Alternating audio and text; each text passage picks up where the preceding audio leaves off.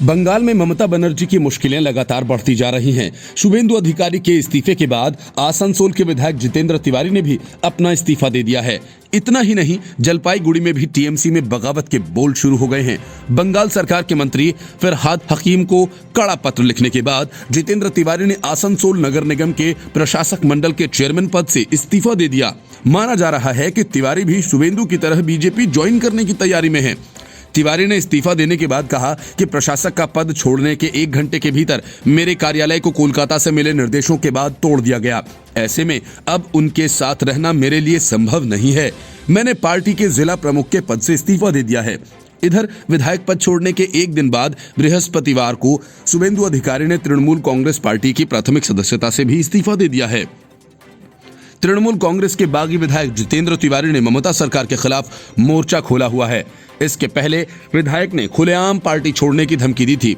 दुर्गापुर में पार्टी कार्यकर्ताओं को संबोधित करते हुए उन्होंने पूछा कि आखिर लोग कब तक डर में जीते रहेंगे। तिवारी ने कहा कि एक न एक दिन हमें निर्णय लेना ही होगा कि करना क्या है। मैंने सोच लिया है कि अगर जरूरत पड़ी तो मैं पार्टी छोड़ दूंगा, लेकिन लोगों के साथ बना रहूंगा। शहरी विकास मंत्री फरहाद हकीम को लिखे पत्र का हवाला देते हुए तिवारी ने कहा कि मैंने एक गुप्त पत्र अपने विभाग के मंत्री को लिखा, लेकिन मुझे जवाब क्या मिला? मैं पार्टी छोड़ दूं और बीजेपी से जुड़ जाऊं।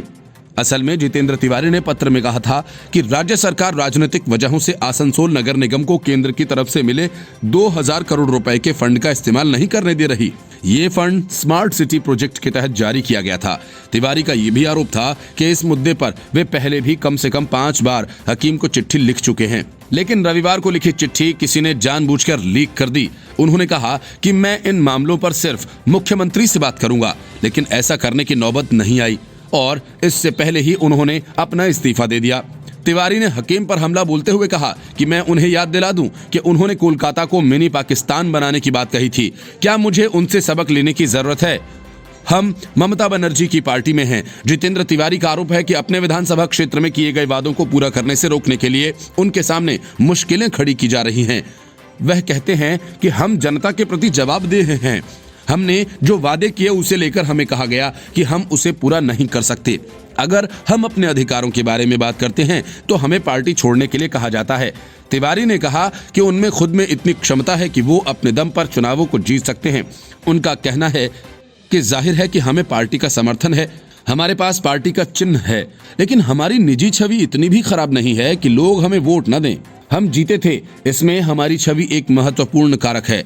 जहां जितेंद्र तिवारी ने पार्टी छोड़ने की धमकी दी है, वहीं टीएमसी के दिग्गज नेता शुभेंदु अधिकारी ने आज अपने पद से इस्तीफा दे दिया। इससे पहले वे परिवहन मंत्री पद से इस्तीफा दे चुके थे। उन्हें लेकर भाजपा के राष्ट्रीय उपाध्यक्ष मुकुल रॉय ने कहा था कि पश्चिम बंगाल के दिग्गज नेता शुभेंदु अधिकारी पार्टी में शामिल होने वाले हैं। वहीं दूसरी तरफ समर्थकों के व्यवहार से भी लग रहा है कि वो भाजपा कैडर बनने के लिए तैयार हैं। शुभेंदु अधिकारी के दफ्तरों को जहां से पहले तृणमूल कांग्रेस का कामकाज देखा जाता था, अब उन्हें उनके समर्थकों द्वारा भगवा रंग में रंगे जाने का काम शुरू कर दिया गया है। Bureau report, news of India.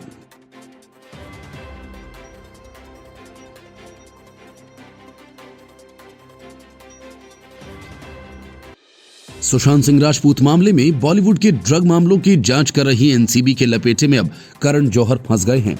Narcotics control bureau ने करण जौहर को एक बार फिर नोटिस भेजा है। एनसीबी ने फिल्म निर्माता करण जौहर को नोटिस जारी किया है और उनसे उनके घर पर आयोजित होने वाली पार्टीज की जानकारी मांगी है। इसके अलावा उन्हें जवाब, दस्तावेज, इलेक्ट्रॉनिक सबूत देने के लिए भी कहा गया है। माना जा रहा है कि एनसीबी के इस नोटिस से करण जौहर की मुश्किलें बढ़ सकती हैं। बीजेपी नेता मनिंदर सिंह सिरसा ने करण जौहर की शिकायत एनसीबी से की थी और उनकी पार्टियों का वीडियो भी दिया था। पिछले वर्ष जुलाई में ये पार्टी करण जौहर के घर पर हुई थी और इसमें शामिल होने वाले कई फिल्म स्टार्स ड्रग्स के नशे में थे। इस बात का दावा कई मीडिया रिपोर्ट्स में किया गया था, जिसके बाद करण जौहर ने एक तरह से मीडिया को धमकाने की कोशिश भी की थी।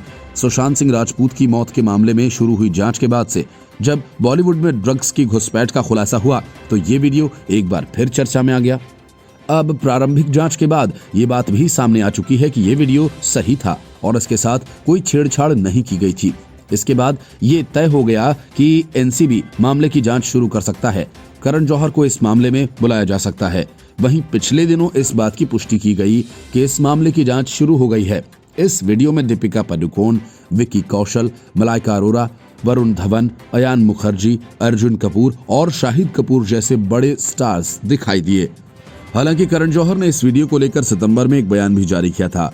इसमें उन्होंने इसे गलत और दुर्भावनापूर्ण बताया था। करण जौहर ने कहा था कि ये बहुत ही दुर्भावनापूर्ण और गलत खबर है। कई सारे समाचारों के लेख और क्लिपिंग्स बिना कारण ही मुझे, मेरे परिवार और धर्मा प्रोडक्शंस को टारगेट कर रही हैं। उनका नफरत फैलाने का मकसद है। जुलाई 2019 में हुई पार्टी की forensic report narcotics control bureau को सौंप दी गई थी कि ये वीडियो असली है और इसमें किसी भी तरह की एडिटिंग नहीं की गई है। ये बात भी सामने आई थी। इस मामले में एक मीटिंग की जाएगी जिसे केपीएस मल्होत्रा और मुंबई जोन के डीजी अशोक जैन द्वारा लीड किया जाएगा। इसमें एनसीबी और डीजी से बातचीत के जरिए ये निर्णय लिया जाएगा कि मामले में अगला एक्शन क्या होगा। खास तौर से करण जौहर के बारे में कहा जाता है कि वे ऐसे बॉलीवुड फिल्म निर्माता और निर्देशक हैं जो अपने घर पर अक्सर बड़ी पार्टीज का आयोजन करते हैं। इसमें बॉलीवुड के कई कलाकार अक्सर नजर आते हैं। अब करण जौहर की पार्टियों पर एनसीबी की भी नजर है और इन पर लगातार शिकंजा कसा जा रहा है। करण जौहर को पहले भी पूछताछ के लिए बुलाया गया था। इसके अलावा धर्मा प्रोडक्शन से जुड़े एक अधिकारी क्षितिज रवि प्रसाद को एनसीबी ने गिरफ्तार भी किया था। उनके घर पर छापे के दौरान मैरिजुआना और कुछ मात्रा में गांजा आदि बरामद किया गया था। कुछ दिन पहले ही बॉलीवुड ड्रग्स माफियाओं पर खुलासा करते हुए कंगना रनौत ने भी अपने एक ट्वीट में रणबीर सिंह, रणबीर कपूर, अयान मुखर्जी, विकी कौशल से अनुरोध किया था कि वे ड्रग टेस्ट के लिए अपने ब्लड सैंपल्स दें। रिपोर्ट्स में ये भी बात सामने आई थी कि एनसीबी के अधिकारी ड्रग जांच में कम से कम 25 प्रमुख बॉलीवुड सितारों को जल्द ही बुला सकते हैं। मशहूर हस्तियों में कुछ बी ग्रेड कलाकार भी शामिल हैं जिन पर ड्रग्स लेने और खरीदने का आरोप लगाया गया था। Bureau report, news of India. Congress party की हालत हर दिन पतली होती जा रही है। गोवा जिला पंचायत चुनावों में बुरी तरह से हार के बाद प्रदेश अध्यक्ष गिरीश चोडणकर ने इस्तीफा दे दिया। उसके बाद गुजरात विधानसभा के उपचुनावों में करारी हार के बाद कांग्रेस अध्यक्ष अमित चावड़ा और राज्य विधानसभा में विपक्ष के नेता परेश धानानी ने अपने इस्तीफे की पेशकश की है। गुजरात कांग्रेस के प्रभारी राजीव सावंत को उन्होंने अपना त्यागपत्र सौंपा। सावंत ने इस बात की पुष्टि करते हुए कहा कि कांग्रेस पार्टी महीने के अंत तक इस्तीफे पर फैसला करेगी। संगठन द्वारा इस्तीफे और पार्टी में अन्य परिवर्तनों के बारे में घोषणा दिल्ली से की जाएगी। गौरतलब है कि जिन 8 निर्वाचन क्षेत्रों के लिए उपचुनाव हुए उनमें अबदसा, करजन, मोरबी, गढ़ा, धारी, लिंबड़ी, कपराड़ा और डांग शामिल हैं। ये सीटें पहले कांग्रेस के पास थीं, जिन पर कांग्रेस के 8 विधायकों ने इस्तीफा दे दिया था। उनके इस्तीफे के बाद पिछले महीने विधानसभा के उपचुनाव हुए जिनमें से 5 विधायक बीजेपी में शामिल हो गए। कांग्रेस में बिखराव के चलते पार्टी ने अपनी राज्यसभा की सीट भी गंवा दी थी। हाल ही में चावड़ा और अन्य कांग्रेस नेताओं और समर्थकों को अहमदाबाद हवाई अड्डे के बारे में फर्जी खबर साझा करने पर भारी आलोचनाओं का सामना करना पड़ा था। दरअसल एक ट्वीट में कांग्रेस ने दावा किया था कि सरदार वल्लभ भाई पटेल अंतर्राष्ट्रीय एयरपोर्ट का नाम अडानी हवाई अड्डे से बदल दिया गया है, जबकि केंद्र द्वारा अहमदाबाद स्थित सरदार वल्लभ भाई पटेल इंटरनेशनल एयरपोर्ट के संचालन का काम अडानी समूह को दिया गया है, पर उनका नाम नहीं बदला गया। ये ग्रुप जीएमआर समूह की तरह हवाई अड्डे के संचालन की देखरेख करेगा। कांग्रेस के 8 विधायकों ने पार्टी के काम से नाखुश होते हुए पार्टी से दूरी बना ली, जिनमें से 5 भारतीय जनता पार्टी में शामिल हो गए। 8 विधायकों के दल बदल के कारण पार्टी एक राज्यसभा की सीट भी हार गई। दिग्गज नेता अहमद पटेल की मौत गुजरात कांग्रेस के लिए एक और बड़ा सदमा था। वहीं कोविड-19 महामारी की वजह से भरत सिंह सोलंकी और शक्ति सिंह गोहिल जैसे प्रभावशाली नेताओं ने भी जमीनी स्तर से काम से दूरी बना रखी है। गुजरात में बीजेपी अच्छा प्रदर्शन कर रही है। हाल ही के उपचुनावों में पार्टी ने सभी 8 सीटें जीती। गुजरात के बीजेपी अध्यक्ष CR पाटिल और सीएम विजय रूपाणी जनता के बीच अपनी लोकप्रियता बनाए रखने में कामयाब रहे। गुजरात में फरवरी 2021 में स्थानीय निकाय के चुनाव होने हैं। राज्य में कांग्रेस पार्टी की वर्तमान स्थिति स्थानीय निकाय चुनावों में बीजेपी के लिए एक और बड़ी जीत की ओर इशारा कर रही है। Bureau report, news of India. Kamal Nath और कांग्रेस पर मुश्किलों के बादल तेजी से घिरते जा रहे हैं। वजह लोकसभा चुनाव के दौर में बड़ी मात्रा में कैश का खेल है। सीबीडीटी से जो खबरें आ रही हैं वह कमलनाथ और कांग्रेस के लिए खतरे की बड़ी घंटी हैं। असल में आयकर विभाग ने आम चुनाव 2019 के समय मध्य प्रदेश में तलाशी ली थी और बड़ी मात्रा में धन के इस्तेमाल का पता लगाया था, जिसका कोई लेखा जोखा नहीं था। निर्वाचन आयोग की ओर से जारी एक वक्तव्य में कहा गया कि सीबीडीटी की रिपोर्ट के अनुसार किसी राजनीतिक दल की ओर से कुछ लोगों द्वारा अवैध रूप से धन का नकद लेन देन किया जा रहा था। हालांकि आयोग ने किसी पार्टी का नाम नहीं लिया, लेकिन सूत्रों का कहना है कि सीबीडीटी की रिपोर्ट में कांग्रेस का नाम है। 2019 के लोकसभा चुनावों से पहले आयकर विभाग ने कमलनाथ के करीबियों के यहां छापेमार कार्रवाई की थी, जिसमें 10 करोड़ से ज्यादा की नकदी जब्त हुई थी। इसमें कमलनाथ के करीबी प्रवीण कक्कड़, राजेंद्र मिगलानी, अश्विनी शर्मा, उनके बहनोई समेत 52 स्थानों पर छापेमार कार्रवाई हुई थी, जबकि बरामद की गई नकदी का इस्तेमाल मध्य प्रदेश और दिल्ली में राजनीतिक चुनाव प्रचार के लिए खर्च होने की खबर थी। इस बीच चुनाव आयोग ने पूरे मामले में मामला दर्ज कर 3 आईएएस अफसरों के खिलाफ भी कार्रवाई के निर्देश दिए हैं। चुनाव आयोग ने केंद्रीय गृह सचिव को निर्देश दिया है कि वह विभागीय एक्शन लेकर चीफ सेक्रेटरी और दूसरे आईएएस अफसरों के खिलाफ कार्रवाई करें, जिनका नाम पूरे मामले में सामने आया है। जबकि चुनाव आयोग के आदेश से तत्कालीन मुख्य सचिव एसआर मोहंती की भी मुश्किलें बढ़ सकती हैं। 2019 के लोकसभा चुनाव में कमलनाथ ने अपनी किस्मत नहीं आजमाई थी, क्योंकि तब वह मध्य प्रदेश के मुख्यमंत्री थे, जबकि उन्होंने अपनी जगह बेटे नकुलनाथ को छिंदवाड़ा से मैदान में उतारा था। नकुलनाथ ने इस सीट पर 37,536 वोटों के अंतर से जीत हासिल की थी। बता दें कि कमलनाथ छिंदवाड़ा की सीट से 8 बार सांसद रहे हैं और एक बार उनकी पत्नी भी इस सीट से चुनाव जीत चुकी हैं। Bureau report, news of India. Kamla Nehru trust के नाम पर जमीन का कारोबार करना कांग्रेस को महंगा पड़ गया और योगी सरकार का बुलडोजर रायबरेली स्थित सिविल लाइन चौराहा के बहुचर्चित करोड़ों की फर्जी कमला नेहरू ट्रस्ट के नाम से दर्ज जमीन पर चल गया। असल में कमला नेहरू ट्रस्ट के नाम पर करोड़ों की जमीन पर अवैध कब्जा किया गया था, जिसे आखिरकार मुक्त करा ही लिया गया। रायबरेली की विधायक अदिति सिंह कांग्रेस की इस हेराफेरी को लेकर काफी सक्रिय थी और बुलडोजर चलने से विस्थापित हुए रेहड़ी पटरी वालों और छोटे दुकानदारों की चिंता में हैं। उन्होंने सीएम योगी आदित्यनाथ को पत्र लिखकर इन दुकानदारों को कहीं जगह देने का आग्रह किया है। कमला नेहरू ट्रस्ट जमीन विवाद तब सामने आया जब ट्रस्ट द्वारा बीजेपी नेता को जमीन बेची गई। उसके बाद ये मामला हाईकोर्ट में गया। वजह ये कि जमीन का स्थानांतरण विवादित था, जिसके बाद उच्च न्यायालय ने जिला प्रशासन के पक्ष में फैसला दिया और इसे नजूल भूमि घोषित किया।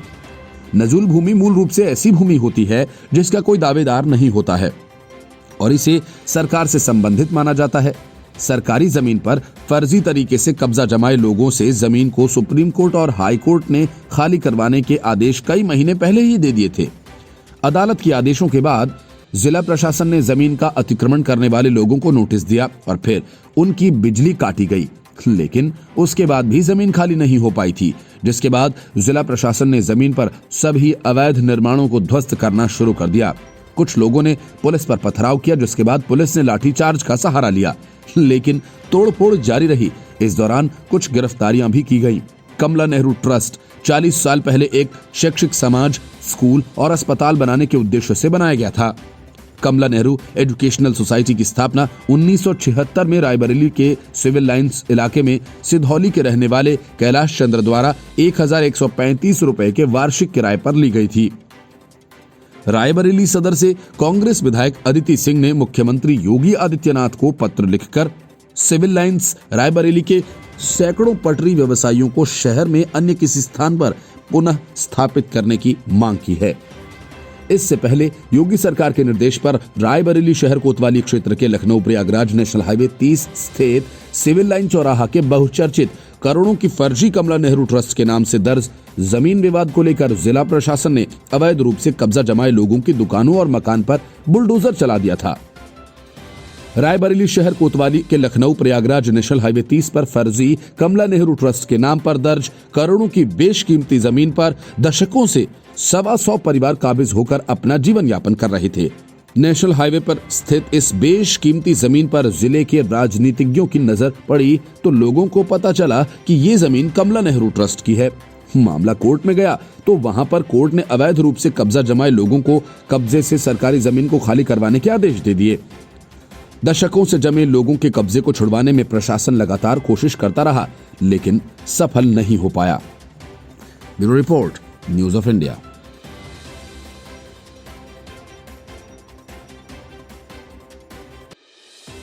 पश्चिम बंगाल विधानसभा चुनाव की तैयारियां जोरों पर हैं। बीजेपी और टीएमसी के बीच घमासान मचा हुआ है।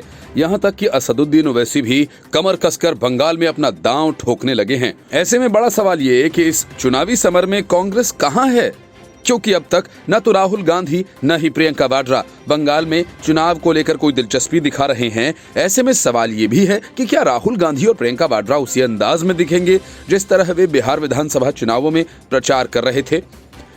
प्रियंका वाड्रा तो खैर बिहार में प्रचार करने आई भी नहीं, लेकिन राहुल गांधी ने गिनती की कुछ सभाएं की और बीच में सब छोड़ छाड़कर छुट्टी मनाने शिमला चले गए। नतीजों में कांग्रेस को बुरी तरह से हार का सामना करना पड़ा। नतीजों में कांग्रेस की बुरी गत होने के बाद आरजेडी नेता शिवानंद तिवारी ने राहुल गांधी पर हमला भी किया था।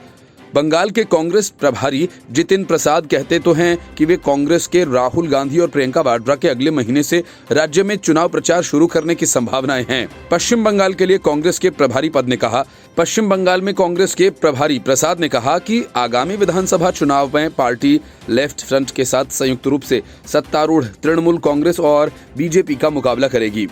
जितिन ने प्रदेश कांग्रेस अध्यक्ष अधीर रंजन चौधरी और पार्टी के अन्य नेताओं के साथ सिलसिलेवार बैठकें की और राज्य में पार्टी के गठन का जायजा लिया। जितिन प्रसाद ने कहा कि हम राज्य में वाम मोर्चे के साथ संयुक्त कार्यक्रम कर रहे हैं। हम वाम मोर्चे के साथ मिलकर तृणमूल कांग्रेस और बीजेपी का अगले विधानसभा चुनाव में संयुक्त रूप से मुकाबला करेंगे। बीजेपी द्वारा अपने केंद्रीय नेताओं के राज्य का तूफानी दौरों के साथ जोरदार चुनाव प्रचार शुरू करने और अखिल भारतीय कांग्रेस समिति के केंद्रीय नेतृत्व के बमुश्किल राज्य का दौरा करने के बारे में पूछे जाने पर प्रसाद ने कहा कि दोनों पार्टियों का काम करने का तरीका अलग अलग है। उन्होंने कहा कि दोनों पार्टियों का काम करने का तरीका अलग है। राज्य में बीजेपी के पास कोई चेहरा नहीं है, यही कारण है कि उसके केंद्रीय नेता यहाँ आ रहे हैं, लेकिन कांग्रेस में हम मजबूत प्रदेश नेताओं में यकीन रखते हैं। बंगाल में हमारे पास मजबूत नेतृत्व है, इसलिए हमें यहाँ केंद्रीय नेताओं को लाने की कभी जरूरत ही महसूस नहीं हुई। उन्होंने कहा, लेकिन चुनाव नजदीक आ रहे हैं, इसलिए जनवरी से राहुल और प्रियंका सहित अखिल भारतीय कांग्रेस समिति के वरिष्ठ नेताओं के राज्य में नियमित रूप से चुनाव प्रचार करने की संभावना है। बीजेपी के प्रदेश अध्यक्ष दिलीप घोष ने हाल ही में कहा था कि केंद्रीय गृह मंत्री अमित शाह और पार्टी के अध्यक्ष जेपी नड्डा विधानसभा चुनाव तक हर महीने राज्य का दौरा करते रहेंगे। पश्चिम बंगाल में ममता बनर्जी की मनमानियों पर सुप्रीम कोर्ट ने ब्रेक लगा दिया है। बंगाल में आपराधिक मामलों में फंसे बीजेपी नेताओं को सुप्रीम कोर्ट ने बड़ी राहत दी है। सुप्रीम कोर्ट ने बीजेपी नेताओं को अंतिम संरक्षण दिया है, साथ ही राज्य की पुलिस को उनके खिलाफ कोई भी कठोर कार्रवाई नहीं करने का निर्देश दिया। असल में विधानसभा चुनाव की तैयारियों के बीच तृणमूल कांग्रेस के उकसावे पर बंगाल पुलिस द्वारा बीजेपी नेताओं को निशाना बनाए जाने के खिलाफ कुछ बीजेपी नेताओं ने सुप्रीम कोर्ट का दरवाजा खटखटाया। ममता सरकार द्वारा कई बीजेपी नेताओं पर आपराधिक मुकदमे भी दर्ज किए गए थे, जिनके खिलाफ अब बीजेपी नेता सुप्रीम कोर्ट पहुंच गए। बीजेपी के राष्ट्रीय उपाध्यक्ष मुकुल रॉय, महासचिव कैलाश विजयवर्गीय, सांसद अर्जुन सिंह, सौरभ सिंह, पवन कुमार सिंह, कबीर शंकर बोस सुप्रीम कोर्ट में याचिका दाखिल कर चुके हैं।